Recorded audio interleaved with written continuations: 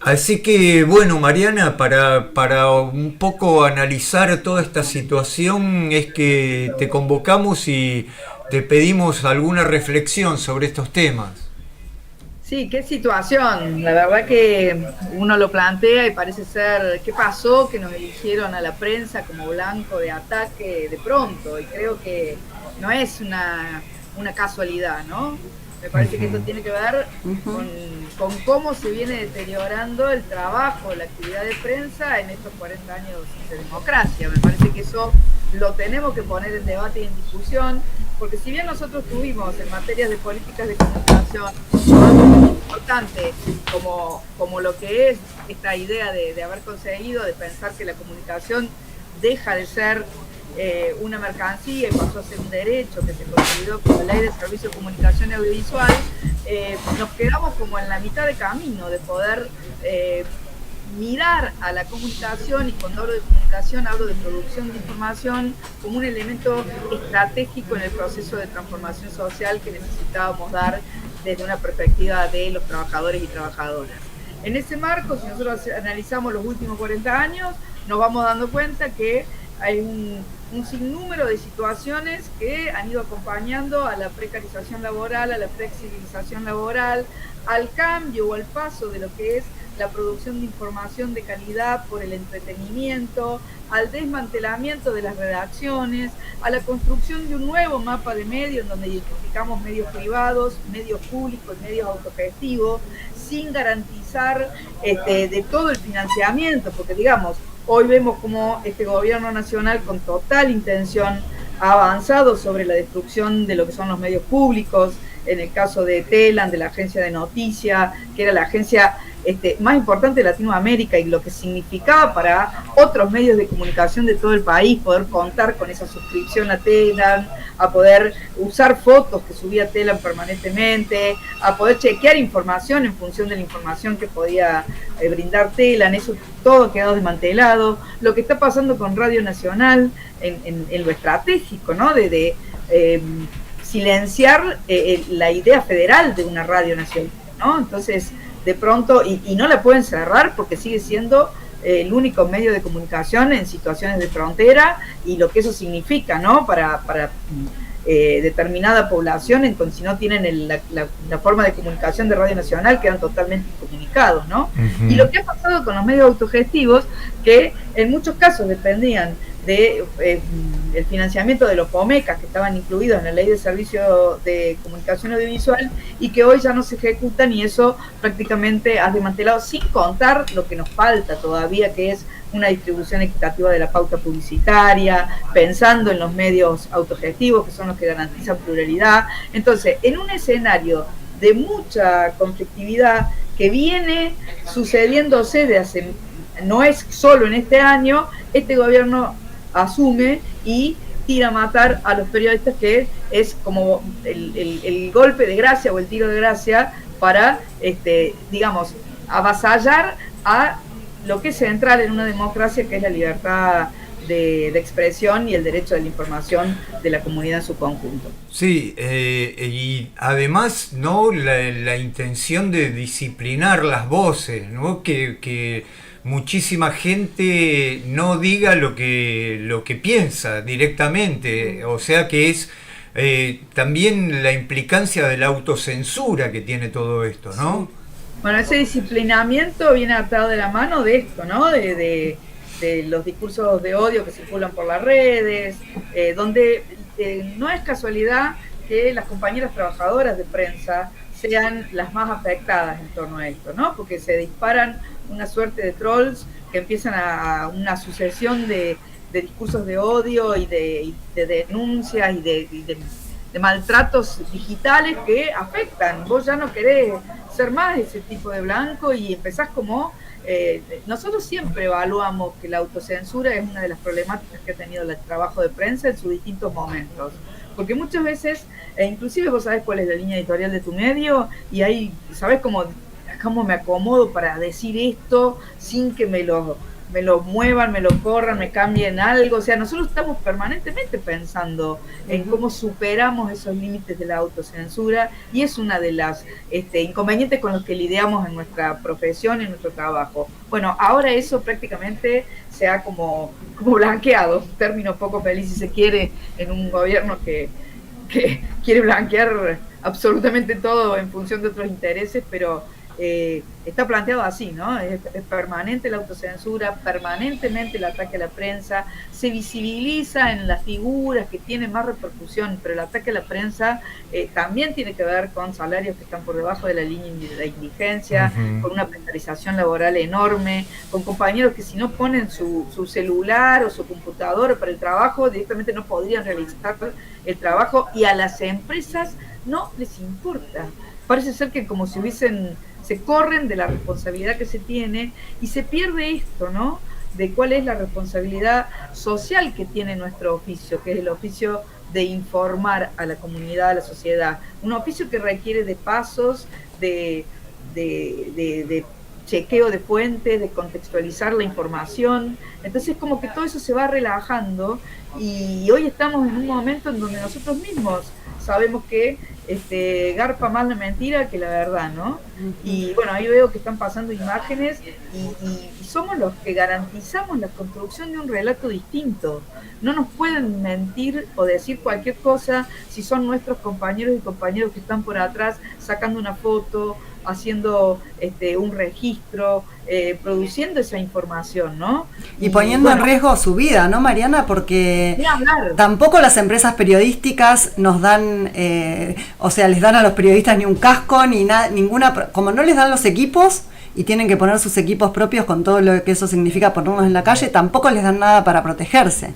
No, en realidad somos los sindicatos que también entramos en una contradicción, que es normalizar algunas situaciones, ¿no? Entonces, nosotros estamos la semana que viene presentando un protocolo de cobertura callejera para tener algunos aspectos en cuenta cuando salimos a hacer una cobertura, y CIPREVA está entregando kits para poder salir a desarrollar la tarea que te proteja, o sea, un casco, una máscara que te puedas proteger de los gases lacrimógenos o de lo que te tiran, del gas pimienta. Es terrible. Es verdaderamente una situación no solo angustiante y peligrosa, pero además vergonzosa, ¿no? Que en un país libre tengamos que tener estas precauciones para ir a hacer una cobertura periodística. Parece... Yo creo que tenemos que empezar a poner en debate... si somos un país libre, ¿no? No somos un país libre, no estamos siendo un país democrático, este gobierno es totalmente antidemocrático, pero tenemos que empezar a decir, porque si no pareciera que las cosas, naturalizamos que para hacer una cobertura tenemos que salir con casco, con anteojos que nos protejan la vista, naturalizamos que nos peguen, naturalizamos que podamos estar en el blanco, o se puso en el lugar incorrecto.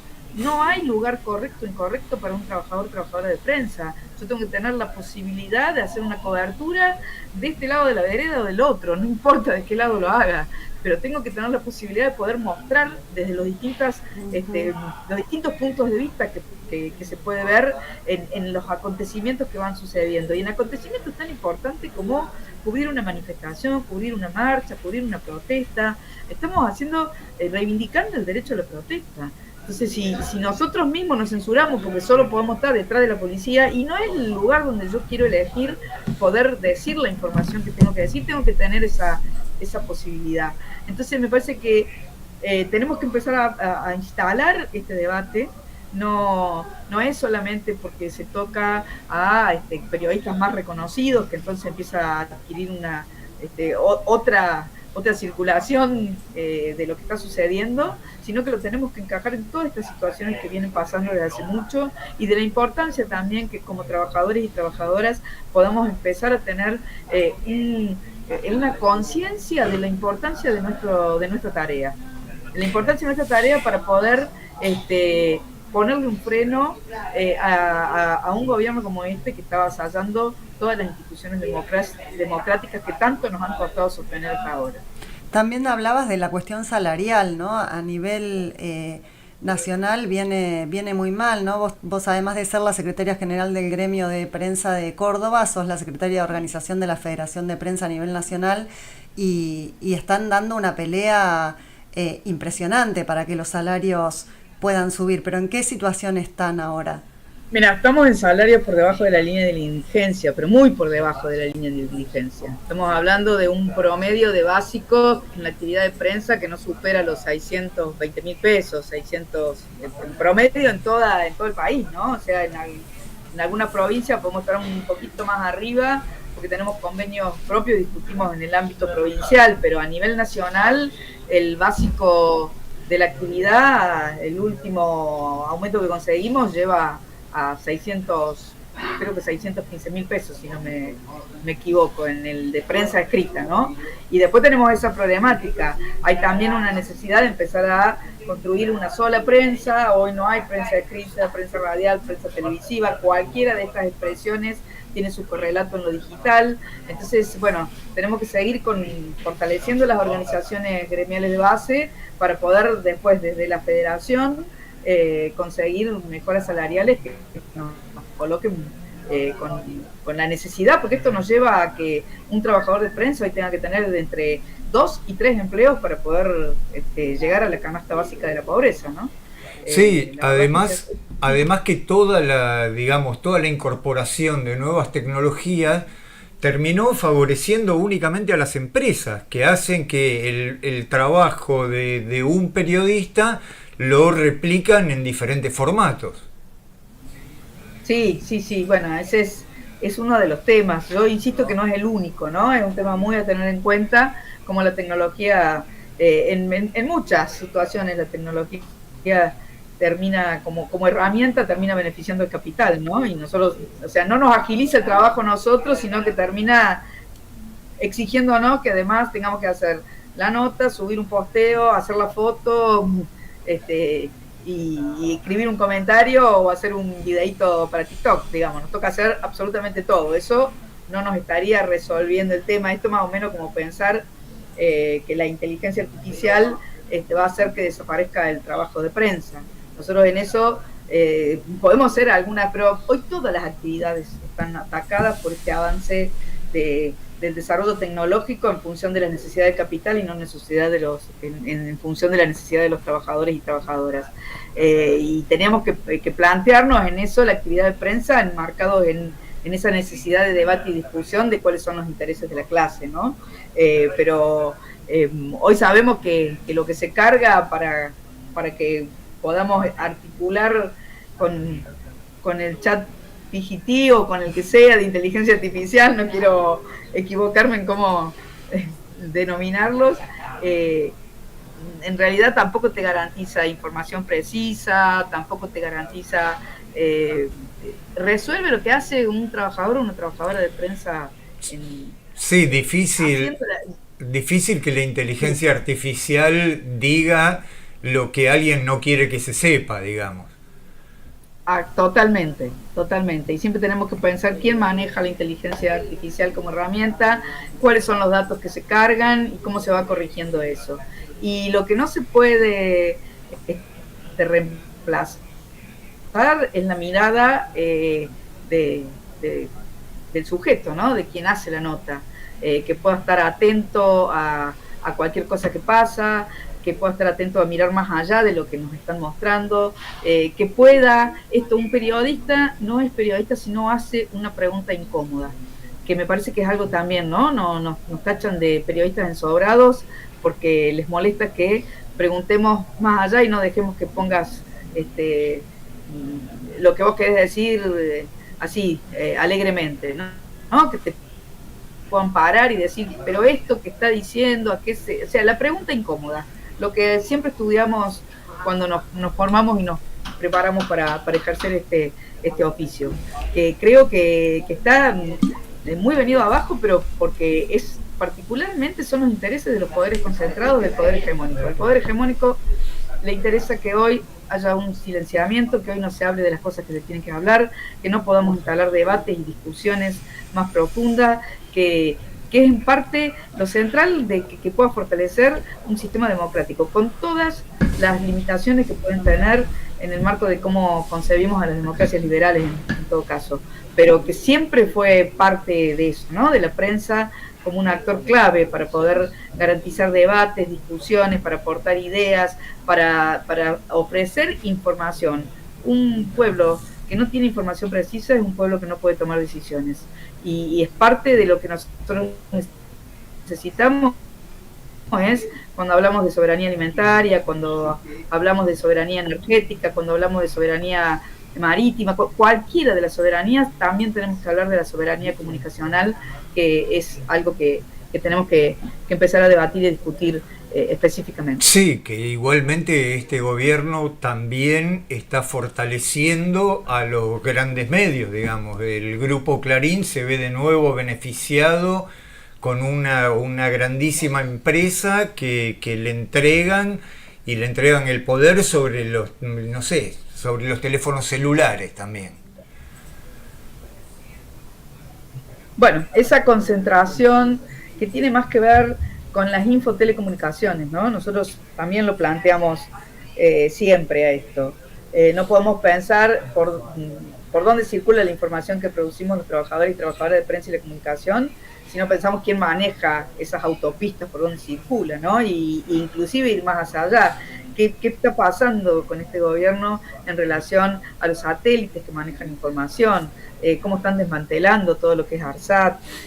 ¿Cómo se concentra lo que es Internet, que debería ser un servicio público y garantizar que llegue a todas partes de nuestro país, porque de esa manera puede llegar la información a todas partes? Entonces, me parece que ahí hay una complejidad que tenemos que empezar también a analizar, porque no es solo una reivindicación en términos de la actividad de prensa específicamente. Hoy estamos siendo muy atacados, estamos teniendo inconvenientes a la hora de las coberturas, y eso lo vemos. La concentración también provoca silenciamiento. De hecho, el 22 nosotros hicimos una marcha, las 2CTA y algunas otras organizaciones sociales y gremiales, que fue muy importante, y algunos de mis compañeros en Córdoba se enteraron por la cobertura de un canal chino, de un canal de YouTube de China. Digo, este tipo de cosas. Decir, ¿qué pasó? ¿No fue importante? Fue una marcha importante, digamos. No salió en ningún canal de televisión acá. No salió en ningún canal. Entonces voy a decir, ¿qué está pasando? Porque si no es como luchar contra una corriente muy desfavorable, ¿no? Entonces me parece que tenemos que pensar en las prensas propias, en la producción de pensamiento autónomo, en función de decir, bueno, cuáles son los temas que se tienen que instalar, cómo construimos desde las comunidades distintas formas de poder hacer comunicación y producir información. Bueno, hay que entrar a debatir y a discutir estas alternativas que tenemos que construir desde los trabajadores y las trabajadoras. Sí, eso es verdaderamente un tema complejo e inmenso, ¿no? En los últimos años, porque también surgen como el streaming y de nuevas formas de comunicar, que muchas veces tienen como ¿cómo decirlo? Mezclan lo que puede ser el trabajo de prensa con el entretenimiento casi, ¿no? Es como un poco difuso, ¿no? Estos nuevos formatos en ese sentido.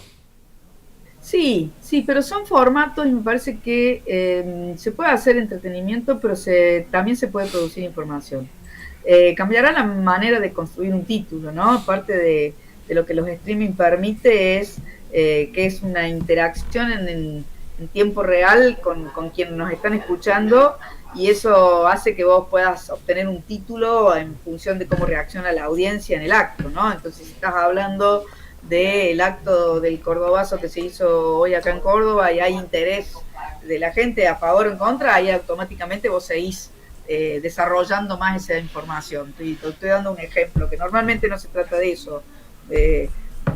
Parece que tiene más interés todo lo que tiene que ver con los chimentos. Estamos largas horas hablando de chimentos, pero en esa suerte de corrernos de la información al entretenimiento hay toda una intencionalidad, ¿no? Y me parece que eso también lo tenemos que debatir y discutir.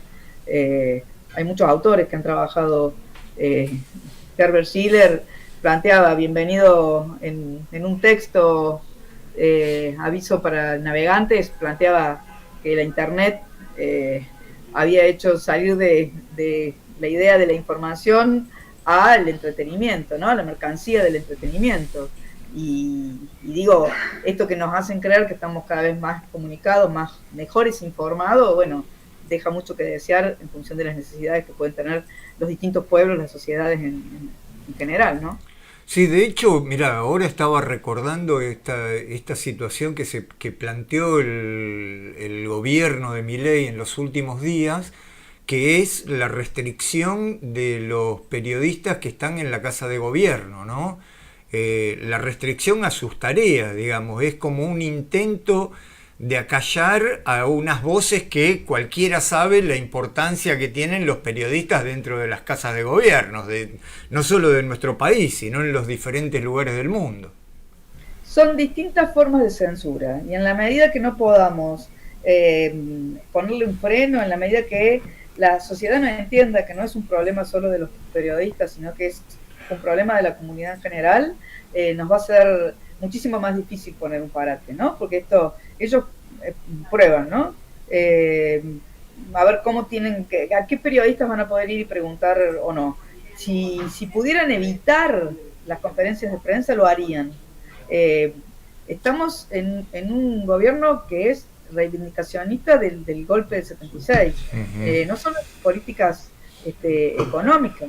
Seríamos muy ilusos pensar que es solo una cuestión de política económica o lo que sea. Esa política económica, para que la puedan llevar adelante, tiene que ser a través de represión.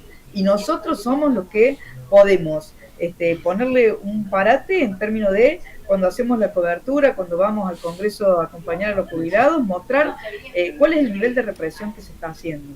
Entonces no nos quieren haciendo preguntas incómodas, no nos quieren repreguntando. Este gobierno saca todos los días algo contra los trabajadores. Algunas cosas ni se sostienen. Es más, podemos ir a la justicia y paramos algunas cuestiones, pero si no podemos entender que con la información, con esa información de calidad que nuestro pueblo necesita para decir, che, nos están pasando por encima, nos están avasallando, van a hacer lo que quieren, ¿no? Y hay miles de ejemplos. Por eso creo que somos atacados porque ocupamos un lugar muy importante para poder ponerle y construir un freno a este tipo de gobiernos que son totalitarios, neofascistas, no se los podemos caracterizar de distintas maneras, ¿no? Porque el presidente denuncia también a aquellos que le dicen fascistas, pero las técnicas que usaba el fascismo las tienen muy bien estudiadas y muy bien marcadas, ¿no? Miente que algo quedará y